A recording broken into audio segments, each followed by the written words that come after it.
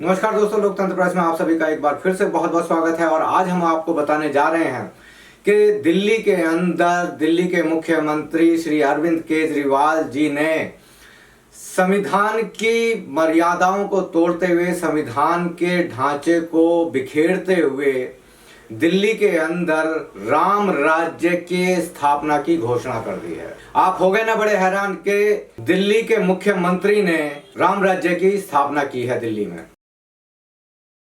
प्रभु श्री राम अयोध्या के राजा थे। उनके शासनकाल में कहते हैं कि सब कुछ बहुत अच्छा था, सब लोग सुखी थे, किसी को किसी प्रकार का दुख नहीं था, हर तरह की सुविधा थी।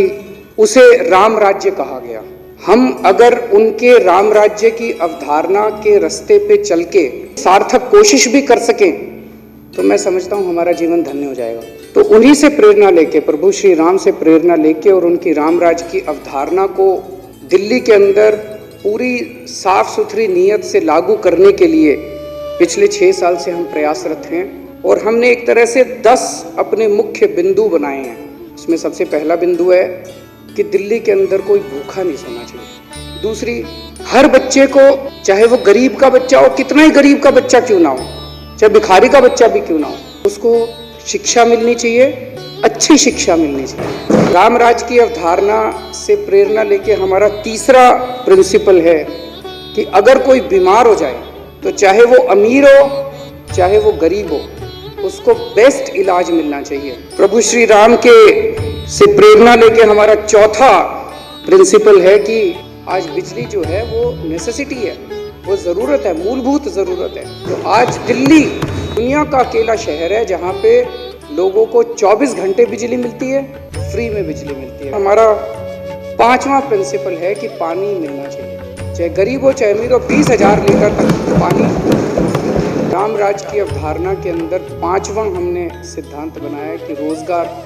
हर हाथ को काम मिलना चाहिए। 7वां है मकान, हर आदमी के सर पे छत होनी चाहिए। इसके लिए हमारी सरकार पूरी कोशिश कर रही है। 8वां सिद्धांत है महिलाओं की सुरक्षा। महिलाओं को सम्मान और महिलाओं को सुरक्षा देने के लिए हमारी सरकार पूरी कोशिश कर रही है। हमारा 9वां सिद्धांत है बुजुर्गों को सम्मान। अपने बुजुर्गों को तीर्थ यात्रा करा के ला रहे हैं। सुप्रीम कोर्ट के आदेश के बाद अयोध्या के अंदर अब एक भव्य मंदिर तो बनने जा रहा है। मैं दिल्ली के लोगों को, दिल्ली के हमारे सारे बुजुर्गों को कहना चाहता हूँ कि एक बारी मंदिर बन जाए, आप सबको अयोध्या के फ्री में दर्शन करते। और हमारा 10वां सिद्धांत है सबको बराबर तरीके से भाईचारे के साथ सब लोग रहें, शांतिपूर्वक सब लोग रहें, शांतिपूर्वक अपना निर्वाह करें। ऐसी हमारी पूरी कोशिश रहती है। इसी के साथ में इस धन्यवाद प्रस्ताव का समर्थन करता हूँ। तो देखा आपने दोस्तों, हमारे देश में शासन व्यवस्था को चलाने के लिए, राज्य व्यवस्था को चलाने के लिए, प्रशासन को चलाने के लिए, कानून व्यवस्था को चलाने के लिए संविधान में सभी प्रक्रियाओं का हवाला दिया गया है, सभी प्रक्रियाओं का वर्णन किया गया है और उन्हीं प्रक्रियाओं से शासन प्रशासन चलता है। लेकिन दिल्ली के अंदर श्री अरविंद केजरीवाल जी ने ये कह दिया है कि वो दिल्ली में राम राज्य के 10 सूत्रीय कार्यक्रम से काम करेंगे। इस विषय पर हमने कई लोगों से, जाने माने लोगों से बातचीत की और उनका क्या कहना है, आइए सुनते हैं। सबसे पहले हम जुड़ते हैं सुप्रीम कोर्ट के एडवोकेट श्री हर्ष गौतम जी से। ये जो विधानसभा में घोषणा करी है, ये एक तरीके से जो इनका आरएसएस का जो मुखौटा है ना, वो एकदम सामने आ गया है विधानसभा के तौर पर। सिर्फ इनको ये टीका वीका लगा के खड़े हो जाता तो पता चल जाता कि हाँ भी जो आरएसएस का दूसरा फेस ये एक्सपोज होना शुरू हो गया है। अगर इस तरह की घोषणा अगर इनको करनी थी तो जिस समय पर शपथ ले रहे थे उसी टाइम पर ही इनको घोषणा करनी चाहिए थी कि मैं आगे 6 साल ऐसे काम करूंगा। ठीक है, लेकिन ये जो है अब राम मंदिर का आगे आने वाले जो इलेक्शन प्रोपेगेंडा है और राज्यों के अंदर उस तरीके से अपनी मंशा को उन्होंने जाहिर किया है और अपना जो सांप्रदायिक चेहरा जो है दिल्ली सरकार और केजरीवाल के फेस के रूप में नजर आना शुरू हो गया है। वास्तव में जो है इन्होंने ये भी मंशा जाहिर करने की कोशिश करी है कि ये लोग संविधान से ऊपर हैं और सिर्फ राम या जो सांप्रदायिक चेहरे के आधार पर ही, सोच के आधार पर ही अपने शासन को चलाना चाहते हैं। ये संविधान को बिल्कुल इन्होंने बात नहीं किया, जो कि गलत है अपने आप में, क्योंकि देश जो है आज़ादी के बाद से संविधान के नियमों के आधार पर चलता है, न कि किसी तरीके से ऐसे फतवों के आधार पर चलता है। आइए अब हम जुड़ते हैं दिल्ली हाई कोर्ट के सीनियर एडवोकेट मदन लाल कलकल जी से। देखिए सुरेंद्र जी, मैं आपको एक बात बताऊं, और बीजेपी भी ये जानती थी कि एक दिन बीजेपी की पॉलिसियों से नाराज होकर के जनता विकल्प ढूंढेगी। तो आरएसएस ने ये विकल्प तैयार करके अपनी मर्जी से दिया है लोगों को। लोग नहीं समझ पाए इस बात को। तो अगर केजरीवाल जी 10 सूत्री प्रोग्राम, राम राज्य के 10 सूत्री प्रोग्राम के तहत चलना चाहते हैं, तो इसमें आश्चर्य की कोई बात नहीं होनी चाहिए। एक बात मैं अरविंद केजरीवाल जी के बारे में और बता देता हूं दोस्तों कि अरविंद केजरीवाल जी अपने कॉलेज टाइम से यूथ फॉर इक्वेलिटी नाम की एक संस्था से जुड़े हुए थे, जिसका मुख्य काम दलितों, मुस्लिम, ओबीसी के आरक्षण का विरोध करना, उनकी मुखालफत करना था।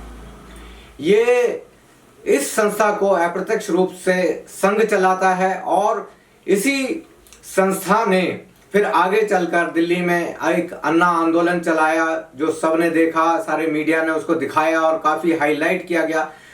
बहुत सोचा समझा, प्लान्ड, इंजीनियर्ड ये एक आंदोलन था, जिसको अरविंद केजरीवाल जी और अन्ना हजारे मिलकर चला रहे थे कि लोकपाल लाएंगे, देश में शासन व्यवस्था लाएंगे, भ्रष्टाचार खत्म होगा। लेकिन आज इनकी खुद की सरकार भ्रष्टाचार में डूबी हुई है। ये खुद देश के बाकी सभी नेताओं की तरह लोगों को मूर्ख बना रहे हैं। अगर अरविंद केजरीवाल जी को शासन व्यवस्था की इतनी चिंता है, तो दिल्ली के अंदर, दिल्ली के स्कूलों में जो 30,000 शिक्षकों की भर्ती होनी है, उसको ये भर्ती क्यों नहीं कराते हैं परमानेंट, जबकि वहां पर कॉन्ट्रैक्ट बेसिस पर टीचर काम कर रहे हैं। यानी एक टीचर को जो सैलरी मिलनी चाहिए 70,000 रुपए, वही टीचर 10-15 हजार रुपए के कॉन्ट्रैक्ट बेसिस पर, 8,000 रुपए पर कॉन्ट्रैक्ट बेसिस पर काम कर रहा है। तो अरविंद केजरीवाल जी इसके बारे में क्या कहेंगे? इसके अलावा दिल्ली के अंदर 4th ग्रेड के कर्मचारी यानी सफाई कर्मचारी जो हैं, उनकी जो जरूरत है वो कम से कम 3 लाख कर्मचारियों की जरूरत है, लेकिन रहते रहते आज सिर्फ 50,000 कर्मचारी रह गए हैं और बाकी सबको कॉन्ट्रैक्ट बेसिस पर किया जा रहा है। क्यों किया जा रहा है? उनकी परमानेंट भर्ती क्यों नहीं हो रही है?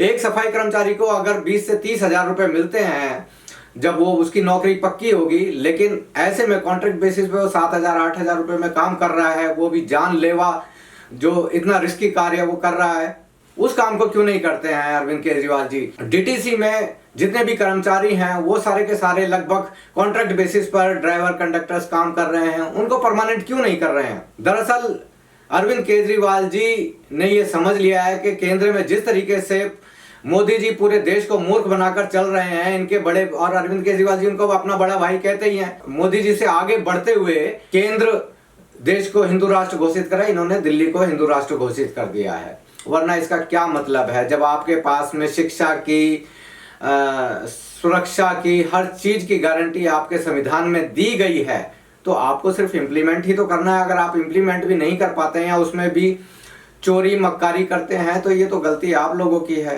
तो इसके लिए किसी धार्मिक सूत्रों की जरूरत नहीं है। आपको हो सकता है ये कोई पॉलिटिकल स्टंट हो, बात अलग है, लेकिन देश को, शासन व्यवस्था को सिर्फ और सिर्फ कानून व्यवस्था से, संवैधानिक प्रक्रियाओं से चलाया जा सकता है, ना कि किसी धार्मिक सूत्रों से।